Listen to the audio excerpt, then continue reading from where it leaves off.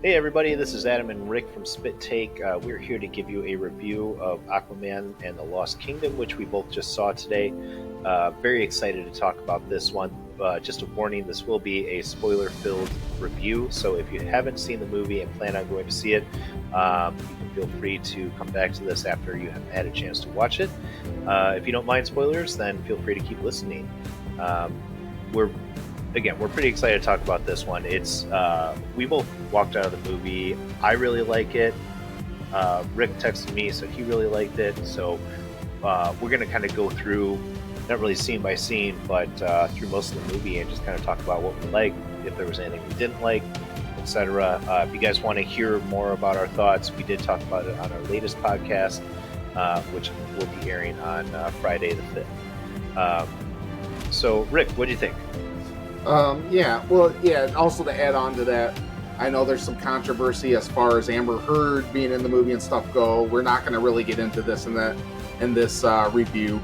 We do talk about it in our podcast, and our podcast is super good. You guys should totally listen to it on Spotify and Apple, and what else we got it on Amazon? Amazon, Google. There was something else. Yeah, it's Spit Yeah, Take, we're on a and few channels. yeah, we're on a few channels. You guys should totally uh, come and listen to us. I think listen to a lot of reviews. There's been a lot of mixed reviews, um, but looking at Rotten Tomatoes, I think a lot of the critics gave it low reviews, but a lot of the audience gave it pretty high reviews. And I kind of tried to go in this as unbiased as possible, and I really like this. This was really one of my top movies of 2023. I had a lot of fun watching this. I really like Patrick Wilson in this. Ocean Master was my favorite character in this movie. I was highly surprised by this because he was such a serious character in the first one. He is a serious character that literally became a fish out of water in this movie because he's so used to being underwater and he was on land. And it was just funny watching him and Arthur Aquaman grow as brothers in this. And so I just had a lot of fun, and there's a lot of action in this movie. I really like this movie because so James Wan is the writer and director of this movie, and I love James Wan and his take on movies. He's very true to the story. He does what makes sense, and I love it. I'm hoping that he's going to be part of the new DCU. Um, I really, really enjoyed this movie as well. I thought there was just so many good parts in it, and the back and forth between Aquaman and Ocean Master. Uh, it Rick mentioned this in the podcast. It really reminds us a lot of the Loki Thor dynamic from Marvel. Uh, there was so many fun parts to this movie. The acting was great. People threw a big fit about Amber Heard, being in the movie. She's got like 5 minutes of screen time. If that's your hang up here, don't even worry about it. She's barely in it. And and one of the reasons she's barely in it is she does get injured fairly early on in the movie, and uh, she's not in a lot of it. So she's just kind of like recovering from injury. She shows back up at the end for the big fight. And if you're not as familiar with what the movie's about, essentially Aquaman is now a father. He's married to Mira. They have a kid, a little boy, and Manta ends up attacking. Manta ends up finding the Black Trident. The Black Trident belongs to this king of the Seventh Kingdom. That of Cordax. Necro, I think, is what it was called. Cordax. Cordax. Okay, the Necro is town. the kingdom. Yeah, Necro was the kingdom. Yeah. But anyways, he goes mad with power, turns everybody into monsters, and tries to take over Atlantis. That was before all of this. This was thousands of years ago. So in this movie, Black Manta finds the Black Trident, gets basically possessed by this king, and the king wants him to basically reinstate his kingdom. Um, and that's kind of the premise of what's happening. Aquaman's trying to stop him. The first couple of scenes in the movie is great. It starts off with some good action. Aquaman's telling his son stories and stuff, and being very animated with it. It's kind of funny. The kid pees in his mouth. That made me laugh. I, you know what? It made me laugh, but it also makes me a little scared. I have a son on the way. It definitely Uh, reminds you of if you had a child, even my daughter, you wouldn't think that a girl would pee on you like that, but they do. yeah, You it don't peed on me. as a man, you don't think they do, and they do. Yeah, Th- there were like a lot of good bits in there. They mixed the humor with the action very well. I think they might have overdone the humor a little bit, but it wasn't Not bad. as much as they do in Thor. True. That's why, like, if you're comparing Marvel to DC, Hmm. I think they do it better than Marvel, and I'm a They do. Marvel They balanced it a little bit better, I think. And I think with the way Aquaman delivers everything, it kind of is really a testament to his character. Versus like when you see it in Marvel, like sometimes it's like it's forced. You feel it's forced. In Aquaman, it's like, hey, this is who his character is. He's not like lazy or anything, or like kind of it's just who he is. That's how he copes with things, is like through humor. And you don't really ever think of Aquaman as being the funny one. You usually think of the Flash as that. But I thought like a lot of his jokes landed. I think a lot of the but if jokes it's in the Jason movie, Momoa, yeah. And Jason Momoa is fantastic. yeah, He's great in the movie. he's Um, a bro. he is a bro. He is for sure a bro. Um, but he is so good in this movie. Patrick Wilson was amazing in this movie, and I really am glad he got some spotlight in there because he was he was one of the biggest highlights of it. And just kind of how their dynamic kind of flows together and they become brothers. Um, there were a lot of really good action scenes in it, and I loved it. I thought it was so good, and I think the only thing that I would comment on it that I didn't, that I thought was a little too much was that the movie seemed a little rushed. There was a lot of running around from place to place. The exposition is very in your face. Like, hey, we're explaining this right now through this character because we want to get to the action.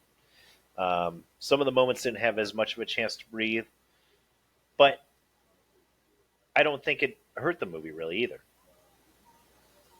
I don't know. Did you feel that at all? I didn't mind all that. I thought it was fine. I don't think it hurt the movie. There's two things that I thought kind of hurt the movie, and I don't think there's any way around it. Number one, Yaya Abdul Mantin Tu, Black Manta. I was really excited to see him. I just think he's awesome as Black Manta, and you really like he's possessed the whole time. You got to see really his character in the beginning, and then like a second at the end. And Hmm. when he's Black Manta, he's awesome. And then he was possessed. Like him possessed was really cool still, but like he wasn't Black Manta. And I just like Black Manta. I liked him in the first one, so it's like I didn't get to see Black Manta really, which there's no way around that. It is what it is. And then Dolph Lundgren really shouldn't be delivering lines. It's not.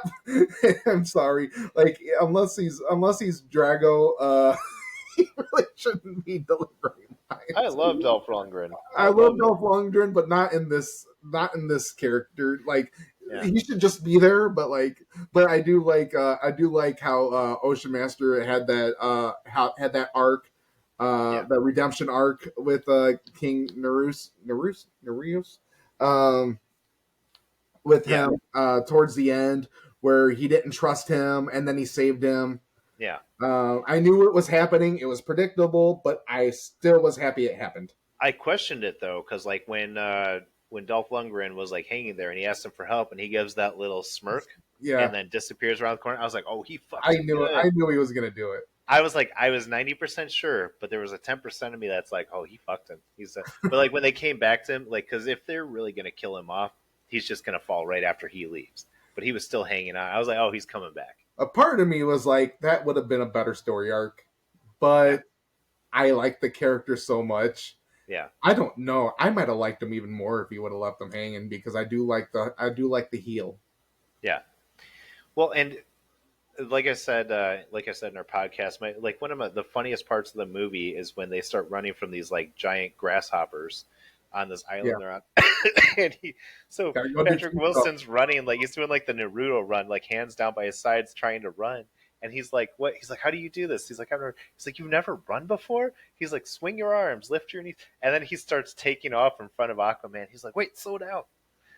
'Cause apparently, but I thought there was a great dynamic in there with Ocean Master, kind of showing that he was a good leader. There wasn't necessarily anything wrong. He was just very, like a lot of the Atlanteans were, um, misguided. He was misguided in the first movie. He even says to Aquaman, like, my dad told me one day you would come for my throne. And Aquaman's like, I had no intention of ever taking your throne. And Yeah. he's like realizing, hey, I was lied to my whole life about like, somebody trying to take power from me. And it was, it was interesting. It was interesting to like kind of learn more about his character and like, hey, I was lied to. And that gives a whole new meaning to the first one, where the best bad guys are the ones that think they're doing the right thing. Right. Right. And as we find out in this movie, half the Atlanteans want to wipe out the surface dwellers. The other half are like, hey, we're like good with living in peace with them. So you're finding out there's kind of a political discourse in Atlantis, that people are kind of like on both sides of it. That's Futurama. That's Where Futurama, where they go to Atlanta, Atlanta. the sunken city of Atlanta. No, it was um, fun to see Jim Halpert though. yeah, Jim Halpert, yes. um, I like Randall Park though; he is so funny. yeah, I think he did do a good job in this, though. He did. It was good to see him not making jokes for the sake of making jokes. Like he Mm-hmm. wasn't the funny guy in He this. wasn't. He was a little bit more serious in this one. That's what was great about this movie, and what separated this from like a Marvel movie was it wasn't just about making jokes. Like there was funny parts Yeah. between like Aquaman and Ocean Master, but when it got serious, it didn't like we had to make a joke every 5 seconds. No, no, not at all. And there was, again, I think one of the biggest highlights was the back and forth between Aquaman and Ocean Master, and they're in the movie. They're the protagonists through 90% of the movie. The two of them together.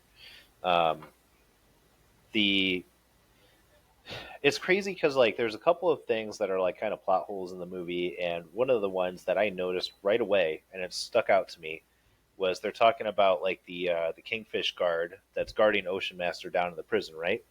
They're like, oh yeah, after the Sahara dried up, like they use blood for sustenance and everything and all that, and then like they make the escape and they go out through the ceiling, and they pop up and they're like, the ocean's right over there, and he goes and runs to the ocean. I was like, wait a second, it says like they're sustaining blood, so they could have just gone up to the surface and gone and grabbed a drink. Like Right, this doesn't make any sense. You could have dug a hole to the ocean and let a little water come in.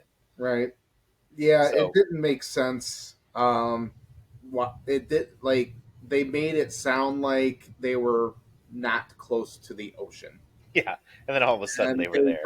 they just well they got on the writers, Yeah, and but like yeah, I guess they made it the way the movie was cut, it made it seem closer to the ocean. yeah, right. And that they made it sound initially like, hey, they're in the middle of the desert. There's nothing, no water nearby or whatever. And it's like, oh, the ocean's right fucking there. Like, Right. and that was like one of the biggest plot holes that I noticed in the movie. And I was like, okay, like that's a little silly. But I think a lot of that was just for the big moment for Ocean Master to regain his strength because they've been like starving him basically. He's like skin and bones, and he crawls to the ocean. He lays on the ground, and then the wave sweeps over him, and then he Yeah, just and he busts was up like a far badass. away. Sorry, that was another thing I was looking at. He was far away from any country. Yeah, Like he was barely by the ocean. that wave came out of nowhere. And there was a lot of water. Yeah, Like that water was not coming anywhere near him. no, The way that camera angle was at. no, that scene was a little disjointed, but It was it suspension was of belief. cool. It was suspension of belief. Yeah, it was cool. Him You busting up but and you then knew what was going to happen because I was sitting there like, what is he just going to cover himself in mud and that's going to be the moisture? Like, what's right, going to happen? Is he going to Is he going to predator this stuff or Arnold right, just covers himself in mud? yeah. Well, like, and to go back to some of the more humorous moments of the movie, like there's parts where it's just like the reality comes in, right? So when they're running from the giant grasshoppers, they make the bridge with the statue, and they cross, and then they knock the statue down, right? And then the one grasshopper like jumps at him, and he just punches it in the face. Mhm. He just punches it in the face, and it falls. And you watch that, and you're just like, okay, yeah, they probably could have punched a few of them in the face. There was a swarm of them, but Yeah, like that one that got through, he just kind of one of punched them it. got Like, through. Yeah, okay, like yeah, we can take one. yeah, And I the talking about the statue though, the other thing I'll point out is that um, Aquaman and Ocean Master's strength seem to rely purely on the situation. yeah, You know, like at one point they're pushing, they're taking this big metal chain, and it seems like it's a struggle for them. Like it was relative to the situation, hmm but they yeah. do that with all the superhero movies. And they should like because they need water, and they should like use that to like okay, we haven't had water for a while. We've been on land for a while. You know what? Like Yeah, in the movie, like show them like pulling out some water and covering themselves right, to show that hey, we need water every once in a while. You see what I'm saying? right. They never really talk about it being a source of strength for them. Right, I don't think it's ever mentioned in any of the movies until Ocean Master gets covered by the water. right, yeah, Like, yeah, we kind of know they need it to survive, but it's like it's not very clear. right. Um, but yeah, I I mean, will. I want to say though, "Spirit in the Sky" is always a great montage song. it is. They should always use that as a montage song, other than "To Be the Best Around." Other than that, Yeah. Well, and that's another thing. The score in the movie was excellent. hmm The soundtrack was great. They had a lot of really good songs in there. yeah, Um, so I thought they did a really good job, and the way they were using each part was great. And it was a lot of '80s, a lot of yeah, '80s music. Um, but they've always done a good job with that one. And again, it's partially James Wan. He's a very visionary director. He's very good with the visual cinematic things. And there's no way you can do an Aquaman movie where a lot of stuff takes place underwater without heavily relying on CGI, right? You have to a degree. Um, Now, that being said, there were times where I was looking at Nicole Kidman's face, and I was like, "Is her entire face CGI right now? Like when something her seemed hair off." was waving, Yeah, something seemed I off, was right? looking at that. I was like, "That's too much." But she was the only one. Then another thing, um, Aquaman got there just in time to save his child. Yeah, He was not anywhere close when his no. child called for him, Oh yeah, and he threw the trident just in time. yeah. I don't know where he was in like He was relative all to the there. way by the gate when they pulled the gate down to Hmm. stop the monsters. Yeah, To stop the monsters from getting through in Necron, yeah, and they were over by the throne with, and he was gonna, and Manta was gonna sacrifice Aquaman's child, yeah, and so if you don't know, Aquaman's child had the power to call to talk to fish, and he called Aquaman, and Aquaman all of a sudden was instantly there, like transported there, and the trident skimmed Manta, and but it seemed like he just transported there though. yes. There were a couple of things. Like I said, there's a couple of plot holes in there, like any movie.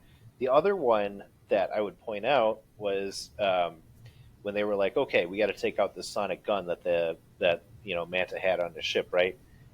Aquaman calls all these whales in. They give the sonic blast, and it destroys the ship. There's no way that he knew his son was not on that ship. He Mm-hmm. didn't see Manta leave with his son, and I immediately thought about that, and I was like, "Okay, so his plan was to destroy the ship, but he's like, how would he know that his son wasn't on it?" So like, there, it's like little things like that. But we don't go to the movies to overthink them. We go to the movies because we want to enjoy Right, the movies. and that yeah, that's the thing. There's going to be plot holes. Yeah, there's going to be some suspension of belief. Um, I Yeah, just we're I not dicks. I just think you got to think about it. You got to think about it a little bit though. But I think Aquaman. I wish. I don't know where they're going to go, especially with the DC universe and everything. I think Aquaman, the whole Aquaman universe they got going on, would be a pretty cool Star Wars underwater. Yes.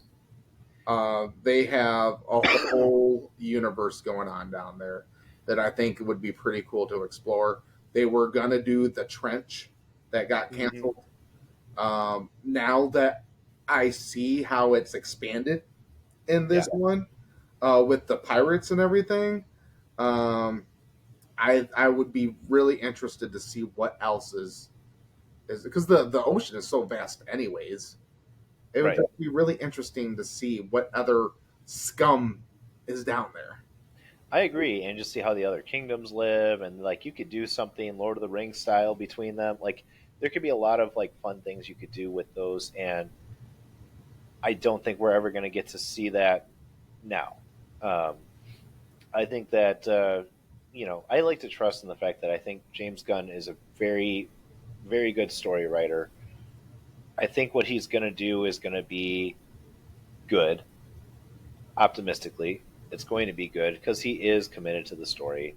However, I'm sad that if this is truly the last outing of Jason Momoa as Aquaman, it makes me sad because he is our Aquaman. He's the best Aquaman. I don't think we'll be able to find anybody who could do it differently. However, I will say that this now opens the door for him to play Lobo, which would be just as good to me.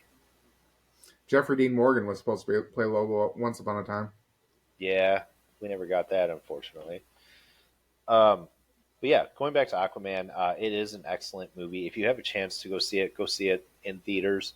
Otherwise, I'm sure it'll be streaming on HBO in a month or two. But it was excellent. Don't let the critic reviews fool you on this one. I don't put a lot of stock in Rotten Tomatoes. I trust the audience score more than I trust the critic score. I know the critics are looking for something completely different than what the audience is. Um, and really, I just like to enjoy movies. So if I go to a movie and I genuinely enjoy it, I'm going to say I like this movie. And this is a movie that I genuinely liked. It was very good. Don't worry about people's agendas. Um, don't worry. I mean, I already discussed this in the podcast. Listen to the podcast, but like, just be unbiased. Don't worry about what anybody else thinks. If you like movies, just watch movies and don't worry about anything else. And this is a fun, action-packed movie, superhero movie. That's what this is. I don't give a crap what anybody else thinks about anything. I actually went into this thinking I was going to hate it and expecting to hate it. And at first, I was criticizing the movie, and then like I just liked it, and that's just what happened. Agreed. I was like sitting there and I'm like, yeah, and I think that the negative reviews and the negative press that they were giving it influences that when you go into it. Because I went in there like, okay, let's see, and I'm thinking about like what's so bad that everybody's saying instead of thinking like what's good. But this movie makes you already be like, this is good. It is fun. It is a fun movie. It is supposedly the last movie of the old DCU. None of us know what's going to happen next, as far as Aquaman goes, as far as Wonder Woman, any of that. There was a couple of fun call outs to Marvel. The very end scene with Jason Momoa giving the speech as Aquaman. And he goes, and he's giving the whole speech, and at the end he's like, "I am Aquaman." Mic drop and leaves. And I was like, hell yeah, because that just reminds me of the first Iron Man movie. Yeah, And that was obviously a tribute. Like, hey, like yeah. that's how the Marvel universe opened up. This was how the DCU closed Yeah, for the next chapter. So right. I thought that was a fun call out. It hits all the right notes here. Aquaman is a badass. He always has been. Other, don't let the Big Bang Theory fool you. He's always been a badass. I've been shit talking Big Bang Theory a lot today, but I know Rick's a fan. I mean, I like Penny. I like looking I do at it. too. I do too. Yeah, so Aquaman was a hit with us. We highly recommend it. Go see it in theaters if you have the chance to do so. We don't really want to say too much else because we want you to go enjoy it if you haven't seen it yet. If you've already seen it, let us know what you think down in the comments. If we're totally off base, let us know. We don't care. Level up, guys.